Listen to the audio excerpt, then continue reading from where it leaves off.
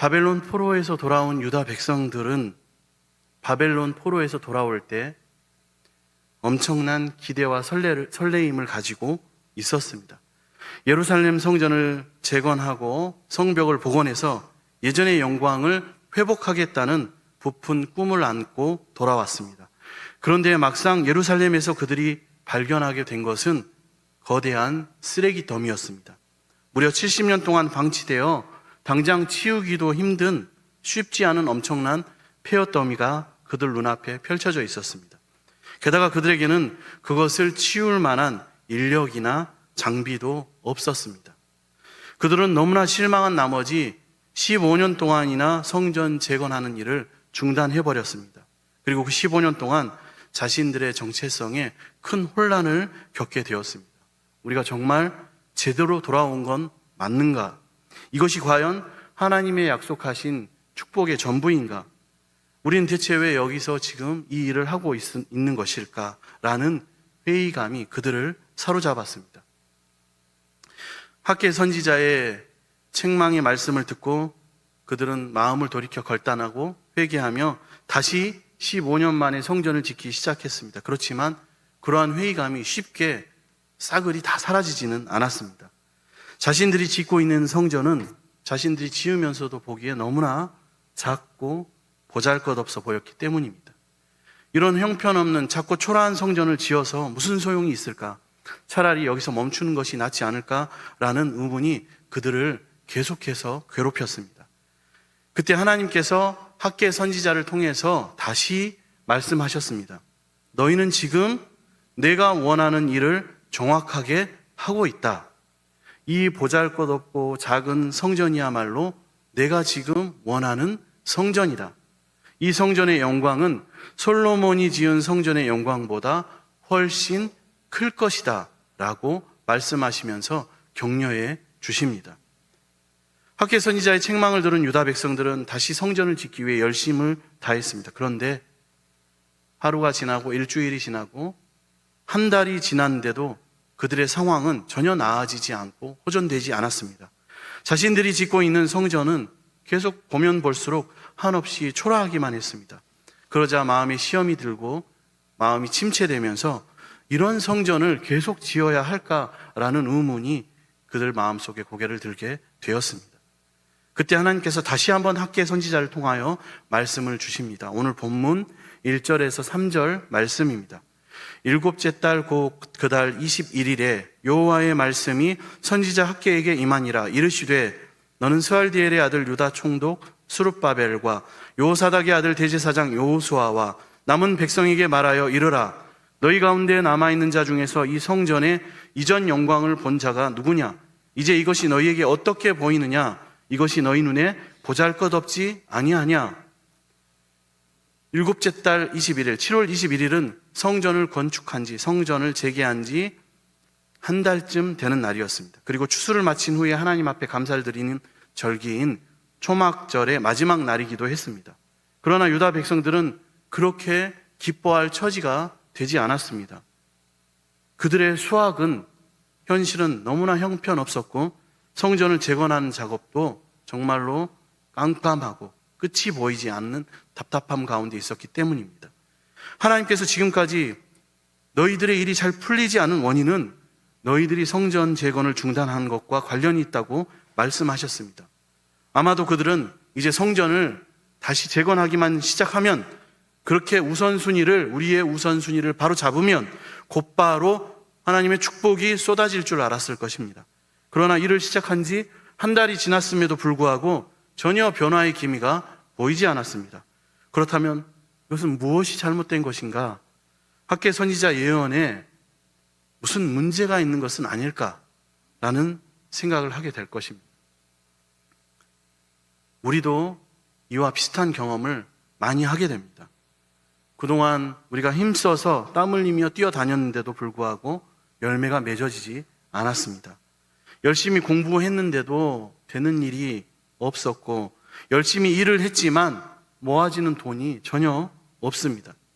그렇게 생활하다가 너희의 우선순위가 잘못되었다. 하나님을 멀리하고 너희 것을 우선하다가 세상을 붙든 것이 너희가 하나님의 복을 놓친 이유다라는 말씀을 듣고 눈물로 회개하며 결단하고 성전을 다시 건축한 지 우리의 마음을 다시 잡아서 나의 성전을 하나님과의 예배를, 교통을, 깊은 관계를 결단한 지 한 달이 지났습니다. 그렇게 한 달 동안 하나님만을 찾았습니다. 그럼에도 여전히 우리의 일은 풀려지지 않고 그나마 가지고 있던 우리의 돈마저 떨어지고 경제적인 어려움을 겪으며 설상가상으로 그렇게 해서 주님의 일을 하기로 마음먹었는데도 우리의 건강이 나빠지고 있다면 한 달 전에 들었던 목사님의 말씀에 무슨 문제가 있는 것은 아닌가?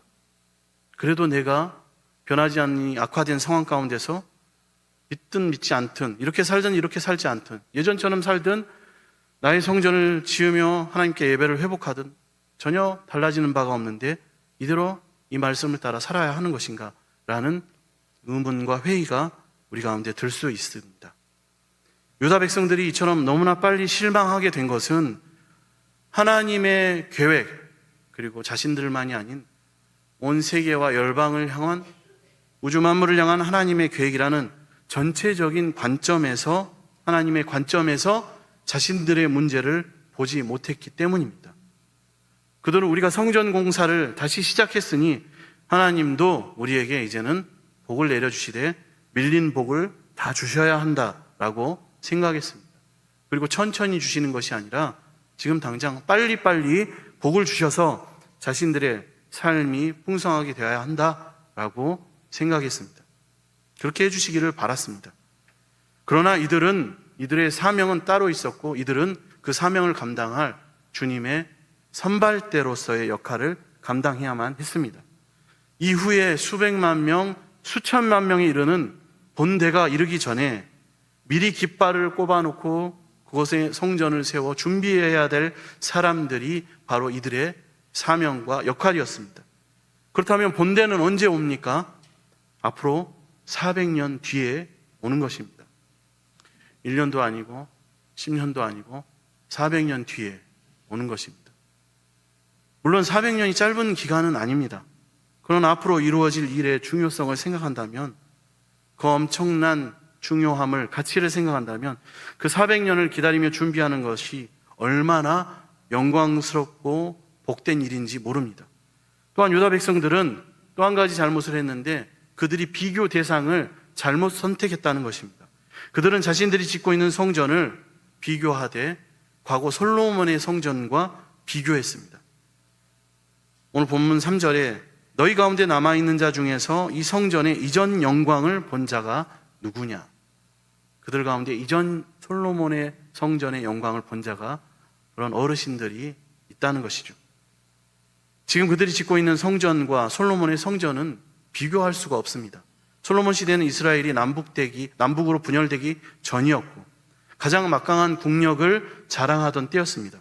그때 이스라엘은 전 세계에서 조공을 받던 때였고 수십만의 역군을 일으킬 만한 강한 힘을 가지고 있었습니다. 더구나 다윗이 엄청나게 많은 재료를 이미 다 미리 준비해 놓았습니다. 그러나 지금 이들은 전부 합해도 5만 명밖에 되지 않습니다.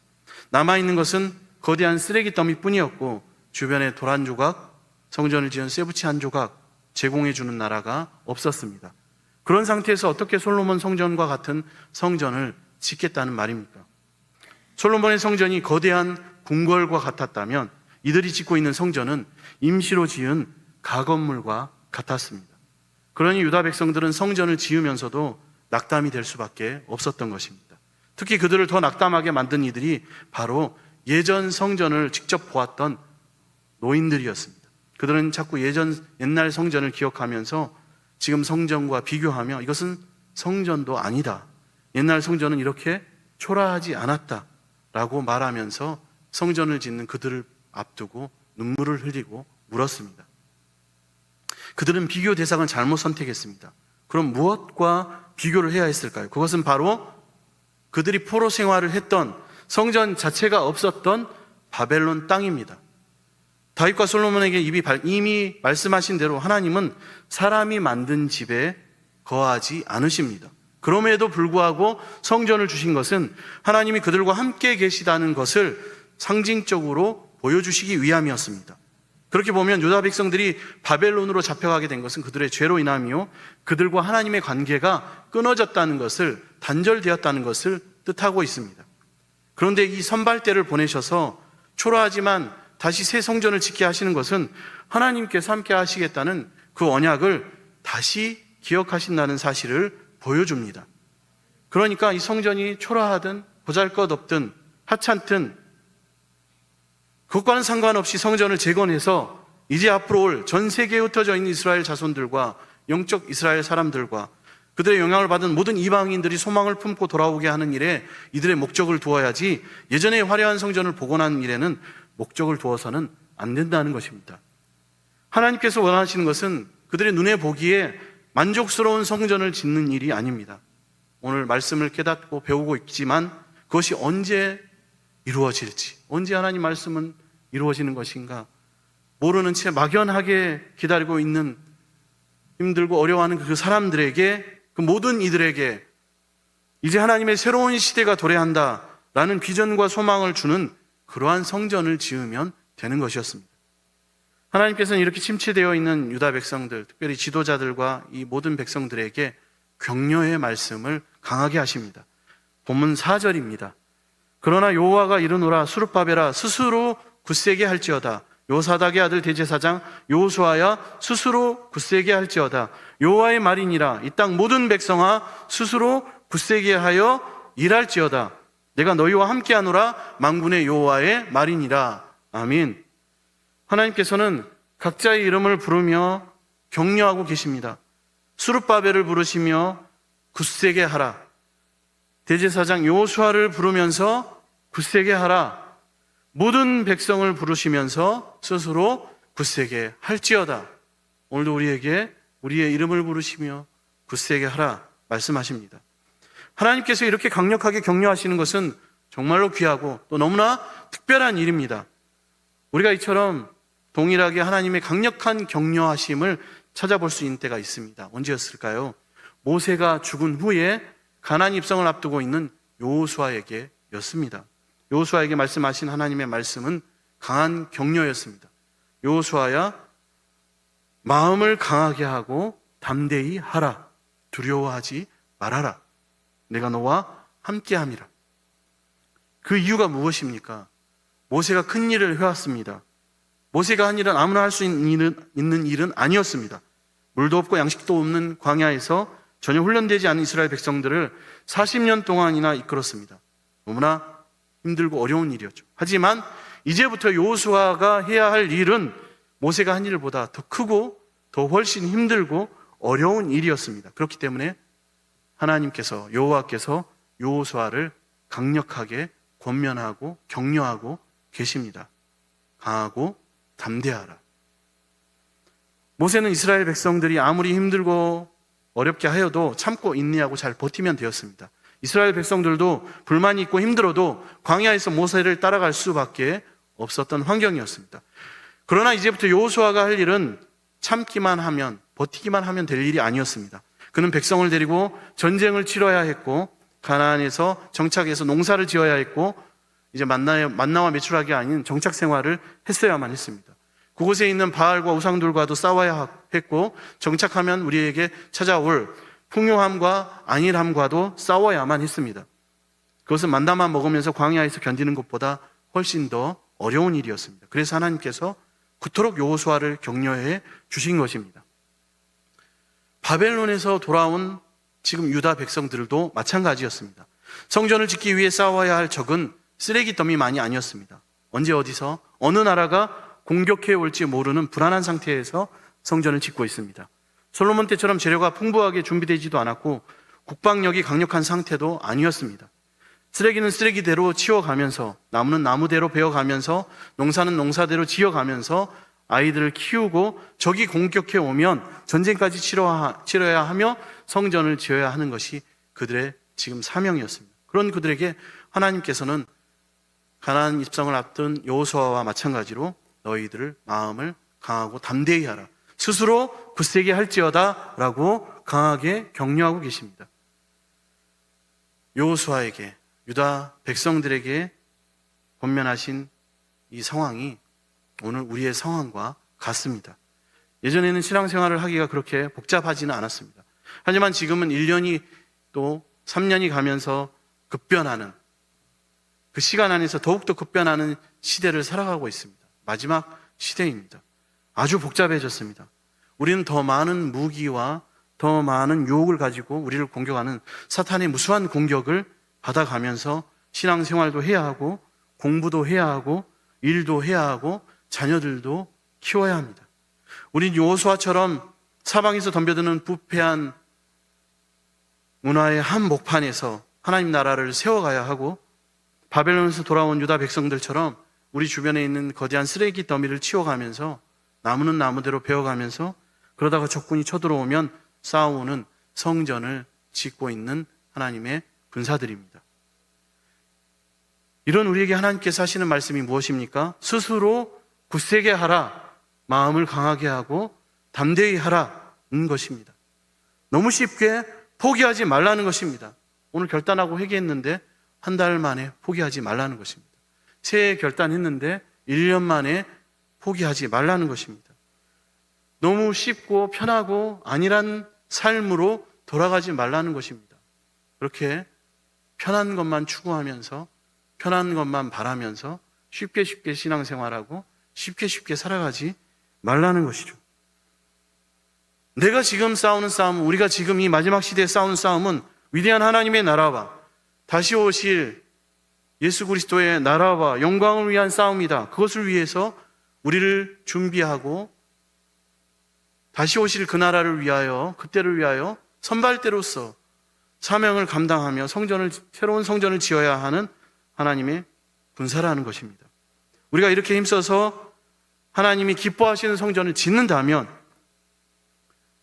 우리 한 사람, 나 한 사람을 통해서 이후에 수천 명 그리고 수만 명의 사람들이 함께 하나님이 기뻐하시는 거룩한 새 성전을 지어가게 될 것입니다. 하나님과의 관계가 회복되게 될 것입니다. 이 나라뿐만이 아니라 저 열방과 필리핀 땅, 저 땅끝까지 동일한 성전이 지어지게 될 것입니다. 그렇다면 이 새 성전이 의미하는 바가 무엇입니까? 5절입니다. 너희가 애굽에서 나올 때에 내가 너희와 언약한 말과 나의 영이 계속하여 너희 가운데 머물러 있나니 너희는 두려워하지 말지어다. 아멘. 애굽에서 나온 이스라엘 백성들은 정말로 형편없는 오합지졸이었습니다. 그러나 그들에게는 무엇이 있었습니까? 언약의 말씀이 있었습니다. 그것이 그 모든 구원의 역사를 가능하게 했습니다. 바벨론에서 나온 이 백성들은 아주 적은 숫자에 불과합니다. 그러나 하나님은 숫자가 중요하지 않다고 하십니다. 정말로 중요한 것은 이들을 향한 언약의 말씀입니다. 언약의 말씀을 가진 자들은 세상을 이끌어가는 자들입니다. 세상을 주도해 나가는 사람들입니다. 저와 여러분이 그러한 사람들이 되시기를 축복합니다. 또 하나님께서는 그들에게 언약의 말씀뿐만이 아니라 나의 영이 너와 함께 있다고 말씀하십니다. 하나님의 영이 임하면 구름이 보이지 않아도, 불기둥이 보이지 않아도, 만나와 메추라기가 보이지 않아도 우리 안에 오셔서 언약의 말씀을 깨닫게 하시고 우리 가운데 하나님의 놀라운 역사를 이루어 주실 것입니다. 주의 영이 우리 가운데 임하셔서 우리를 더욱 강하고 담대하게 하실 것입니다. 새 성전은 하나님의 언약의 말씀과 하나님의 영이 있는 곳입니다. 하나님의 언약의 말씀과 하나님의 영이 있는 우리의 성전입니다. 유다 백성들이 이렇게 보잘것없는 작은 성전, 새 성전을 지으면서도 낙심하지 말아야 하는 이유는 하나님께서 앞으로 이곳에서 엄청난 일을 이루실 것이기 때문입니다. 6절, 7절 말씀입니다. 만군의 여호와가 이같이 말하노라. 조금 있으면 내가 하늘과 땅과 바다와 육지를 진동시킬 것이요 또한 모든 나라를 진동시킬 것이며 모든 나라의 보배가 이르리니 내가 이 성전의 영광이 충만하게 하리라. 만군의 여호와의 말이니라. 아멘. 지금 소수의 유다 백성들이 아주 초라한 새 성전을 짓고 있습니다. 거기에는 영광의 구름도 없고 법궤도 없습니다. 그러나 잠시 후면 이곳에서 하늘과 땅과 바다를 진동시킬 우리가 상상할 수도 없는 놀라운 하나님의 역사가 이루어지게 될 것입니다. 하늘과 땅과 바다를 진동시킨 대표적인 사건이 무엇입니까? 출애굽 사건입니다.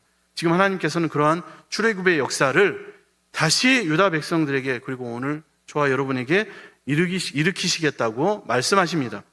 전 세계에 흩어져 있는 이스라엘 백성들과, 영적인 이스라엘 백성들과 그들을 따라올 이방인들, 그 모두를 전부 구원하려면 모세의 출애굽과는 비교할 수 없는 놀라운 구원의 역사가 일어나야만 합니다. 이 놀라운 구원의 역사가 무엇입니까? 이 말씀이, 이 구원의 역사가 가리키는 것은 바로 예수 그리스도의 십자가 사건입니다. 그리스도의 십자가 사건은 하늘과 땅과 바다를 진동시킨 사상 최대의 사건이었습니다. 또 모든 나라가 진동하고 모든 나라의 보배가 이른다고 말씀하고 있습니다. 모든 나라의 보배가 이른다. 모든 나라의 보배가 되시는 분이 누구십니까? 그분이 이르는데 그분은 바로 우리를 죄에서 건지시는 예수 그리스도이십니다. 결국 말씀이 육신이 되어 오신 예수님께서 이 성전을 방문하시는 것이 이 성전이 누릴 최고의 영광이 될 것입니다. 육신을 입은 하나님께서 친히 성전에 임하시는 것은 말로 표현할 수 없는 영광입니다. 9절입니다. 이 성전의 나중 영광이 이전 영광보다 크리라. 만군의 여호와의 말이니라. 내가 이곳에 평강을 주리라. 만군의 여호와의 말이니라. 아멘. 하나님께서는 이 소수의 무리에게 평강을, 샬롬을 선포하십니다. 이것은 무슨 말입니까? 평강이 너희에게 임했다. 모든 전쟁이 끝났다는 뜻입니다. 물론 눈으로 보기에 전쟁이 끝나지 않았습니다. 그들은 계속해서 칼을 들고 가족을 지켜야 했고 창을 들고 나라를 지켜야 했습니다. 실제로 이 성전은 전쟁을 많이 겪게 됩니다. 그럼에도 불구하고 하나님께서 샬롬을, 평강을 선포하시는 이유가 무엇입니까? 죄인과 죄인들, 인생들의 전쟁은 계속되겠지만 하나님과 죄인들 사이의 전쟁은 예수 그리스도 안에서 끝날 것이기 때문입니다.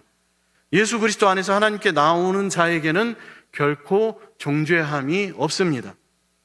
오늘 하나님께서 본 말씀을 통해서 저와 여러분에게, 우리에게 하시는 말씀이 무엇입니까? 우리는 오랫동안 방황하다가 드디어 하나님의 뜻을 찾아 결단하고 회개하며 열심히 신앙생활하게 되었습니다. 그러나 그렇게 신앙생활하게 되었다 하더라도 곧바로 그 즉시 빨리 물리적인 축복이 나타나지 않을 수 있다는 것입니다. 우리는 밀린 축복을 바로 받고 싶어 합니다. 그렇지만 하나님께서는 저와 여러분이 이 시대적인 사명을 깨닫고 예수 그리스도께서 다시 오실 그 나라를 가지고 오실, 완성시킬 그때를 기다리며 마지막 시대의 시대적인 사명과 선발대로서의 사명을 감당하기를 원하십니다. 많은 사람들에게 소망을 주는 초병의 역할을 감당하기를 원하십니다. 오늘날 이 시대는 솔로몬 때처럼 물자가 다 준비된 상태에서 편하게 성전을 짓는 신앙생활을 하는 때가 아닙니다. 일도 하고 공부도 하고 전쟁도 치르면서 하나님 나라를 이루어 나가는 전투적인 시대입니다. 그러나 두려워할 필요가 없습니다. 하나님의 언약의 말씀이 우리에게 있습니다. 하나님의 영이 저와 여러분 우리와 함께 계십니다. 성령이 하나님의 언약의 말씀을 우리 가운데 깨닫게 하시고 예수 그리스도 안에서 우리를 강하고 담대하게 하십니다. 하늘과 땅과 바다가 진동하는 최고의 사건, 그리스도의 십자가의 사건은 이미 다 이루어졌습니다. 하나님께서는 이미 샬롬을, 평화를 선포하셨습니다. 그렇기 때문에 우리는 더 이상 두려워할 필요가 없습니다. 침체에 빠질 필요가 없습니다. 세상 가운데 죽당하고 낙심에 빠질 이유가 없습니다. 예수 그리스도가 저와 여러분 우리의 왕이 되십니다. 우리 모두 그리스도의 군사로 삶의 모든 영역에서 승리하며 하나님의 영광을 누리는 믿음의 군사들이, 믿음의 성도들이 되시기를 축복합니다.